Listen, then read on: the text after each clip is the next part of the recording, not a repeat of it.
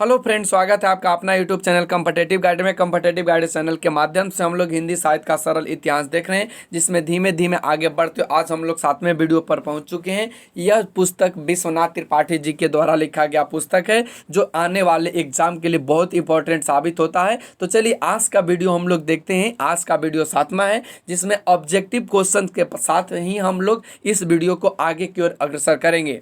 अभी से पहले इसका 6 वीडियो अपलोड किया जा चुका है। अगर आप लोग चैनल पर नए हैं तो चैनल के प्लेलिस्ट पे जाएं और सभी 6 वीडियो को देखें, वहां से आपका कंसेप्ट क्लियर होगा। तो चलिए आज के वीडियो को देखते हैं। आज का वीडियो में महत्वपूर्ण पॉइंट्स को आज जो हम लोग देखने वाले हैं, सबसे पहले अपना नाभादास को देखेंगे। इससे पहले और सभी कवियों के बारे में बताया जा चुका है, तो आप लोग पीछे वीडियो को अवश्य देखें, वहां से आपको क्लियर हो जाएगा।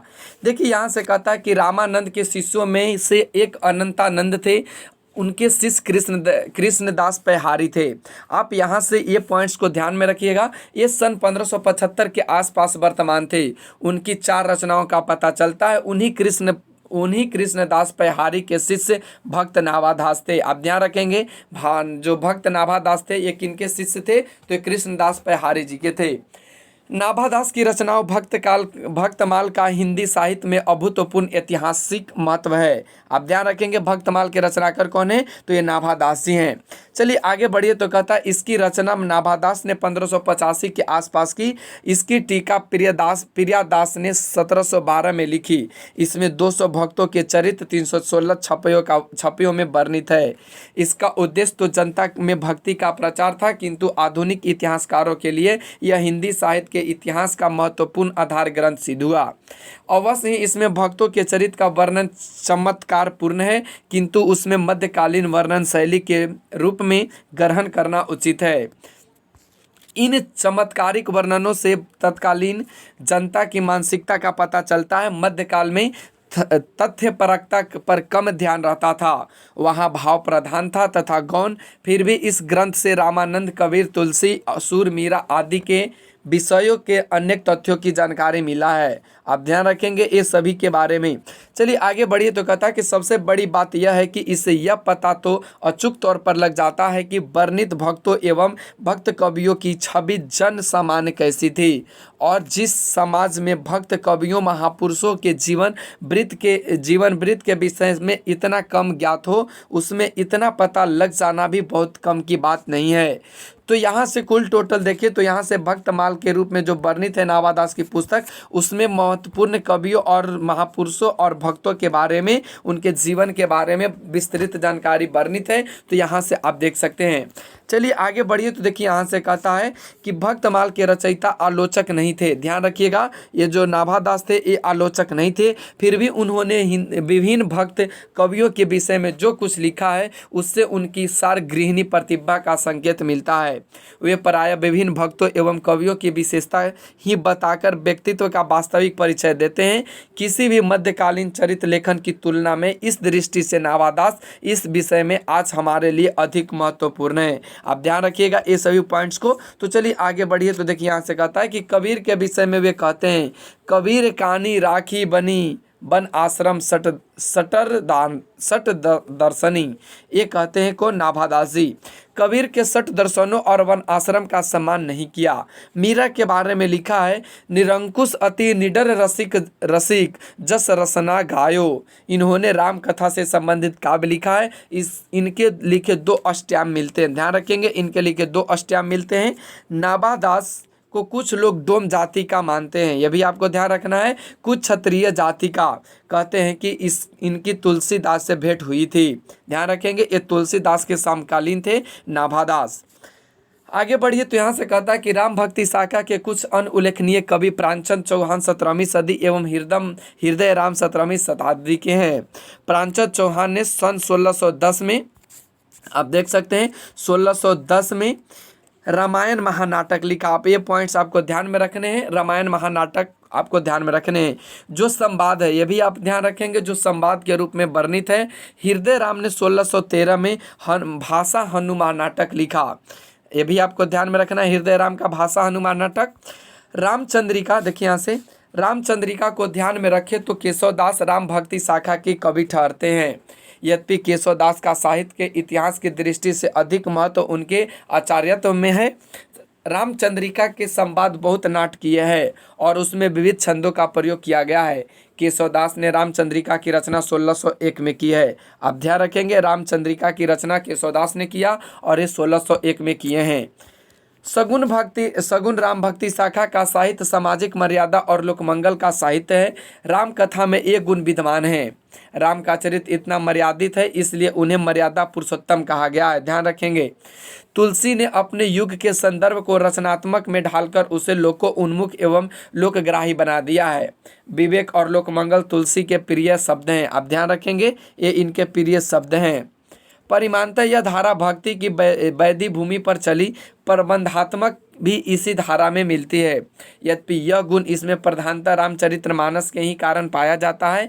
इस धारा में नाटकीय संवाद से युक्त रचनाएं भी हुई है।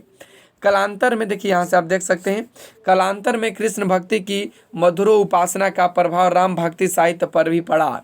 इस धारा में भी सखी भाव से राम की उपासना प्रारंभ हुई और तत्सुखी शाखा की स्थापना हुई, जिसमें भक्त अपने को सीता की सखी के रूप में रखकर राम की भक्ति में प्रवृत्त होता है। जनकपुर के भक्तों ने सीता को प्रधानता देकर कुछ राम काव्य रचे। 1703 में श्री रामप्रिया शरण दास ने सीतायन नामक काव्य रचा है। आप इस पॉइंट्स को नोट कर लेंगे, ये पॉइंट्स आपके लिए इंपॉर्टेंट हो जाएगा कि सीतायन नामक काव्य की रचना कौन किया, तो ये रामप्रिया शरण दास ने किया 1703 में। तत्सुखी शाखा के समान स्वसुखी शाखा भी प्रवर्तित है। चलिए अब हम लोग जो देखने वाले हैं वह कृष्ण भक्ति धारा को देखेंगे। तो आइए देख लेते हैं कृष्ण भक्ति धारा के प्रमुख पॉइंट्स को, जो आपको नोट करते हुए आगे की ओर बढ़ना है। देखिए, यहाँ से कहा है कि महाप्रभु वल्लभाचार्य ने कृष्ण भक्ति धारा की दार्शनिक पीठिका तैयार की है और देशाटन करके इस भक्ति का प्रचार किया। भागवत धर्म का उदय प्राचीन काल में ही हो गया था। श्रीमद् भागवत के व्यापक प्रचार में माधुर्य भक्ति का मार्ग प्रशस्त हुआ। आप ये पॉइंट्स को नोट कर लेंगे, आपके लिए इंपॉर्टेंट है। वल्लभाचार्य ने दार्शनिक प्रतिपादन और प्रचार से उस रास्ते को समान जन सुलभ बनाया है।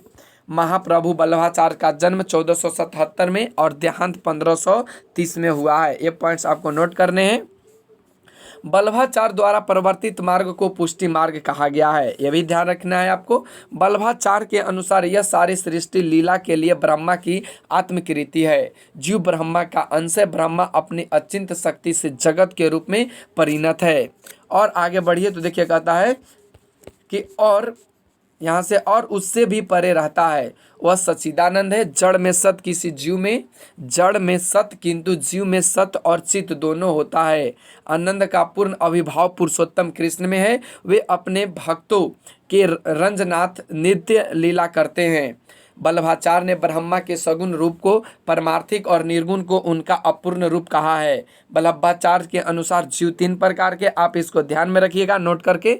एक है प्रवास जीव, जो सांसारिक प्रवाह में पड़े रहते हैं। नंबर 2 है मर्यादा जीव, जो विधि निषेध का पालन करते हैं। और नंबर 3 है पुष्टि जीव, जो भगवान का अनुग्रह प्राप्त कर लेते हैं। तो आप ध्यान रखिएगा इस सभी पॉइंट्स को।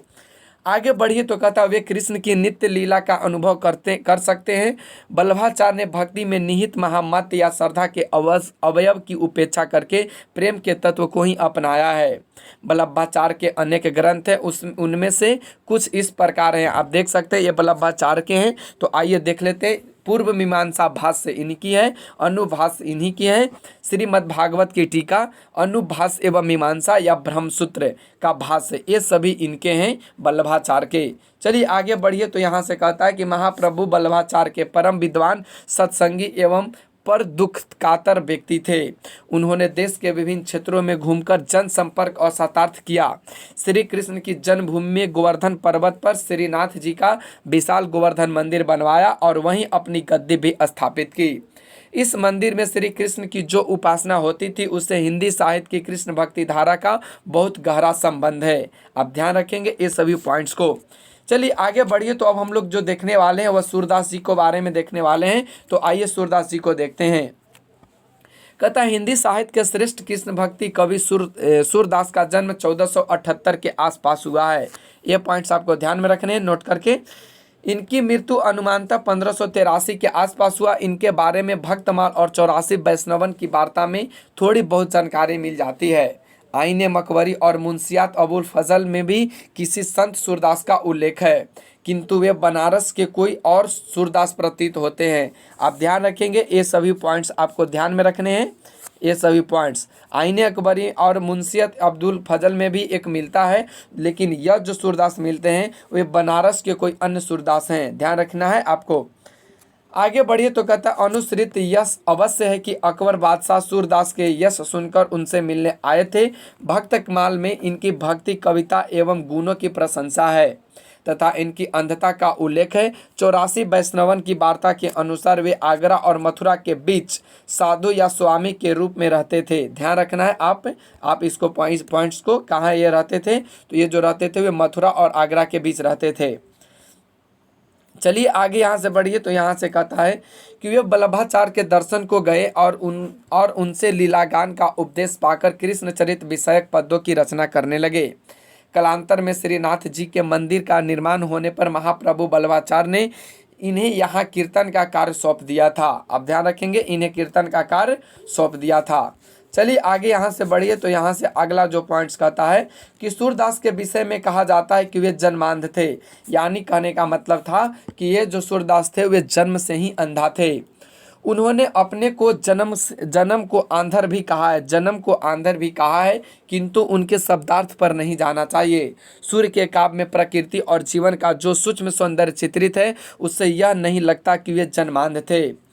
उनके विषय में ऐसी कहानी भी मिलती है कि तीव्र अंतद्वंद के किसी क्षण में उन्होंने अपनी आंखें फोड़ ली थी। उचित यही मालूम पड़ता है कि वे जन्मांध नहीं थे, कालांतर में अपनी आंखों की ज्योति खो बैठे थे। सूरदास अब अंधों को कहा जाता है। यह परंपरा सूर्य के अंध हो जाने के बाद से चली है। सूर्य का आशय सूर्य से है और सूर्य और सती, देखिए यहाँ से सूर्य और सती मध्यकालीन भक्तों के आदर्श थे। यानी कुल टोटल जो यहाँ से हम लोग पॉइंट्स देखे, ये सूर्य के जीवनी के बारे में बताया गया है और ये भी बताया गया है कि जो सूर्य थे वे अपने आप को जन्म से अंधा मानते थे। लेकिन कुछ ऐसे पॉइंट्स हैं जिनको देखने के बाद पता चलता है कि सूर्य जन्मजात अंधा नहीं थे। वे कुछ ऐसे क्षण आए थे, कुछ ऐसे समय आए थे जिसमें उन्होंने अपने दोनों आँखों को क्या कर लिए थे, फोड़ लिए थे। चलिए आगे बढ़िए तो देखिए यहाँ से कहता है कि सूरदास के पहले ब्रजभाषा में काव्य रचना की परंपरा तो मिल जाती है, किंतु भाषा की यह पढ़ता चलतापन और काव्य का यह उत्कर्ष नहीं मिलता। ऐसा लगता है कि सुर ब्रजभाषा के प्रवर्तक न हो, किंतु किसी परंपरा के चरम उत्कर्ष हों। शुक्ल जी ने सुर को एक ओर जयदेव, चंडीदास और विद्यापति की परंपरा से जोड़ा है, तो वही दूसरी ओर लोकगीतों की परंपरा से भी उन्हें जोड़ा है। आप ध्यान रखेंगे ये पॉइंट्स को। आगे बढ़िए तो यहाँ से कहता है कि विद्यापति और सूरदास में जो निरीहता तन्मयता मिलती है, अनुभूतियों को जिस प्रकार ब्रह्मा प्रकृति के ताने बाने में बुना गया है, वह लोकगीतों की विशेषता है। लोकगीतों में अभिव्यक्ति इतनी निश्चल होती है कि वे शास्त्रीयता और सामाजिक विधि निषेध की मर्यादा का निर्वाह नहीं कर सकती है। लगता है कि लोक जीवन और साहित्य में राधा कृष्ण की जो परंपरा पहले से चली आ रही थी वह भक्ति काल में प्रकट हुई। जयदेव का गीत गोविंद, विद्यापति की पदावली, चंडीदास की काव्य और सूरदास का सूरसागर उन्हीं परंपरा से जुड़े हैं। आप ध्यान रखना है आपको यह पॉइंट्स को। ये गीत गोविंद जयदेव की है, विद्यापति की पदावली है, विद्यापति की पदावली, चंडीदास का काव्य और सूरदास का सूरसागर। ये सभी पॉइंट्स आप ध्यान रखेंगे। यहाँ से राइटर को ध्यान में रखें, क्योंकि यह पूछ लिया जाएगा कि गीत गोविंद किन की रचना है, तो आप यहाँ से अच्छे तरीके से इसका जवाब दे सकेंगे। चलिए आगे हम लोग देखते हैं सूर्य का काव्य वैभव। तो आइए देख लेते हैं। सूरदास वात्सल्य और श्रृंगार के कवि हैं, आप इसको नोट कर लेंगे। भारतीय साहित्य तो क्या संभवतः विश्व साहित्य में भी कोई कवि वात्सल्य के क्षेत्र में उनके समक्ष नहीं है। यह उनकी ऐसी विशेषता है कि केवल इसी के आधार पर वे साहित्य क्षेत्र में अत्यंत उच्च स्थान के अधिकारी माने जा सकते हैं। बाल्य जीवन के पर्यवेक्षण एवं चित्र महान सहृदय और मानव प्रेमी व्यक्ति ही कर सकता है। सूरदास ने वात्सल्य और श्रृंगार का वर्णन लोक सामान्य की भावभूमि पर किया है। मार्मिकता, मनोवैज्ञानिकता, स्वाभाविकता जीवन के अर्थार्थ में होते हैं, फिर यथार्थ अपने विविध आयामों से अंत संबंधित किए होता है। तुलसी की अपेक्षा, देखिए आप यहाँ से तुलसी की अपेक्षा सूर का विषय क्षेत्र सीमित अवश्य है, किंतु सूर ने राधा कृष्ण को प्रेम लीला और कृष्ण की बाल लीला को प्रकृति और कर्म के विशद क्षेत्र का संदर्भ प्रदान कर दिया है। लोक साहित्य में यह संदर्भ सहज तौर पर जुड़ा दिखलाई पड़ता है। सूर ने अपनी रचना में प्रकृति और जीवन के कर्म के क्षेत्र को अचूक कौशल से उतार लिया है। लोक साहित्य की सहज जीवंतता जितनी सूर के साहित्य में मिलती है उतनी ही हिंदी के कवि में नहीं मिलती। आप ध्यान रखेंगे, यहाँ से सूर की विशेषता को बताया गया, उनके काव्य वैभव को बताया गया है कि वे किस तरह से अपने जिंदगी में अपने हिंदी के साहित्य के क्षेत्र में उन्होंने आया। आगे बढ़िए तो कहता है कि सूर का बाल लीला का वर्णन अपनी सहजता, मनोवैज्ञानिकता एवं स्वाभाविकता में अद्वितीय है। उनका काव्य बाल चेष्टाओं में स्वाभाविक मनोहर चित्रों का भंडार है। भक्ति के भगवान का मानवीकरण कर दिया था। सूर के कृष्ण सम्मान बालक बन गए हैं जो हट करके आंगन में लौटने लगते हैं। कहो काहे को आरी करत मेरो मोहन, यो तुम यागन लोटी। ये इन्होंने कुछ पॉइंट्स को लिखा है, कुछ पंक्ति को।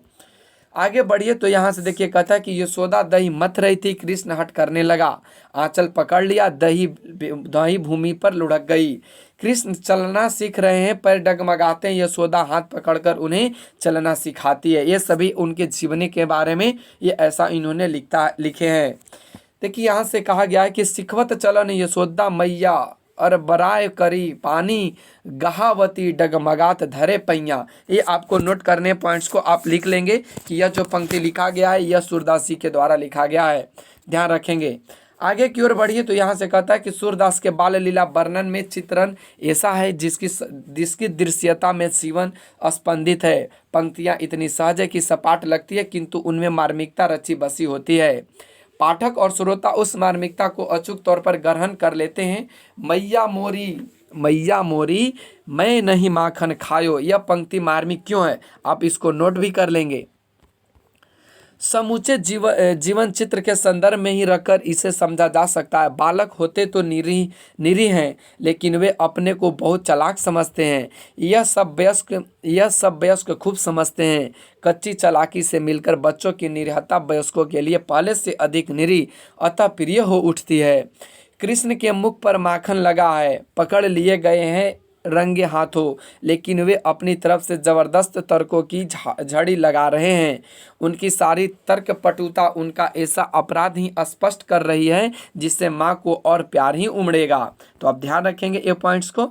आगे की ओर बढ़िए तो देखिए यहाँ से कहता है जैसे श्रृंगार का संजोग और वियोग होता है वैसे ही वात्सल का भी होता है। सूरदास के श्रृंगारिक काव्य वर्णन को वियोग वर्णन की अपेक्षा अधिक उत्कृष्ट माना जाता है, किंतु उनके वात्सल्य के विषय में यह बात नहीं कही जा सकती। कृष्ण के चले जाने पर नंद यशोदा की व्याकुलता का जो वर्णन है वह बहुत ही मार्मिक है। नंद यशोदा दोनों कृष्ण की पिछली बातों का स्मरण करते हैं, एक दूसरे पर खींचते हैं, कृष्ण के न आने के लिए एक दूसरे को दोष देते हैं।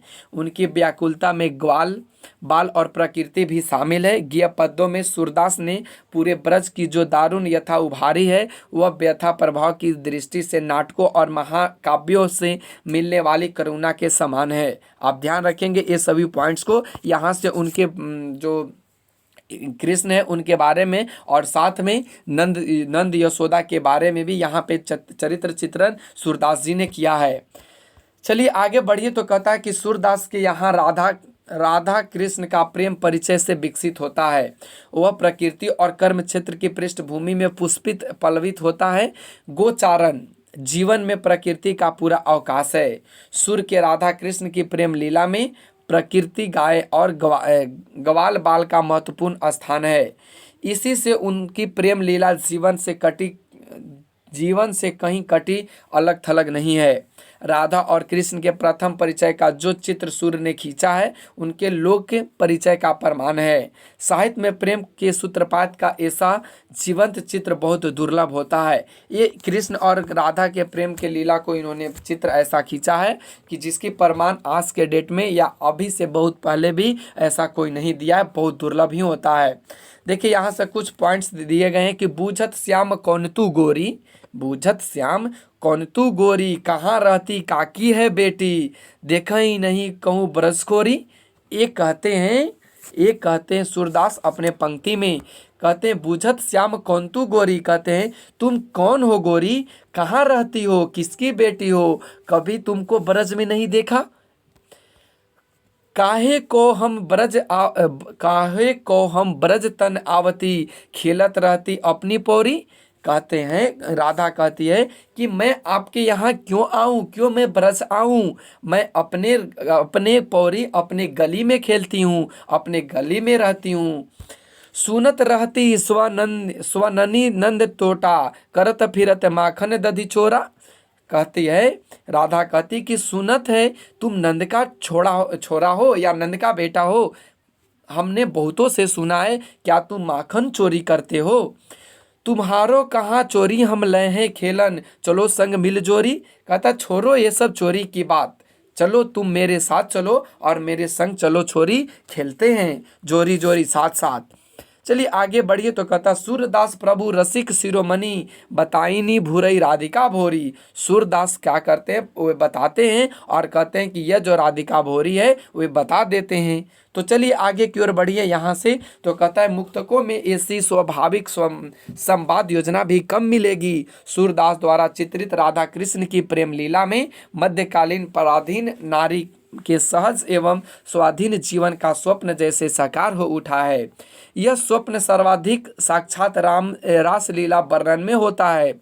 सूरदास के समय अत्यंत 16वीं सदी में ब्रज में नारियों को वह स्वाधीनता नहीं थी जिसका वर्णन सूरसागर में मिलता है। आप ध्यान रखेंगे सूरसागर के रचनाकार कौन है, तो सूरदास। आगे बढ़िए तो कहता है यह सच है कि रास लीला का सौद्धांतक अर्थ भी है, जहाँ गोपियों साधकों की प्रतीक है, किंतु काव्य का प्रतीकार्थ ही ठीक नहीं होता, उसका साधारण या वाच्यार्थ भी संगत होता है।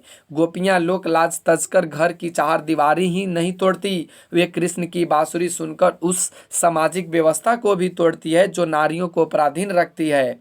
जिस तरह तुलसी ने मध्यकालीन भारत में दैविक भौतिक तापों में रहित रामराज का स्वप्न देखा है, वैसे ही सुर ने कृष्ण कथा और रास लीला के माध्यम से ऐसा सर्व सुखद स्वप्न देखा है जिसमें नारी और पुरुष दोनों समान तौर पर स्वाधीन है।